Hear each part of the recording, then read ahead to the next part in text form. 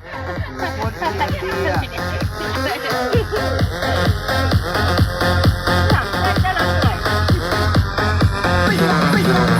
นานดีนะนานดี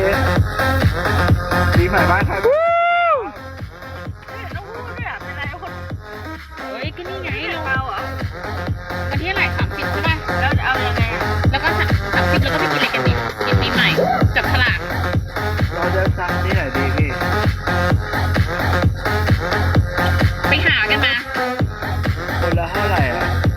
ของขวัญจับฉลากเหรอหรืออะไรหรือของกิน ที่ยังไม่ผมไม่จ่าย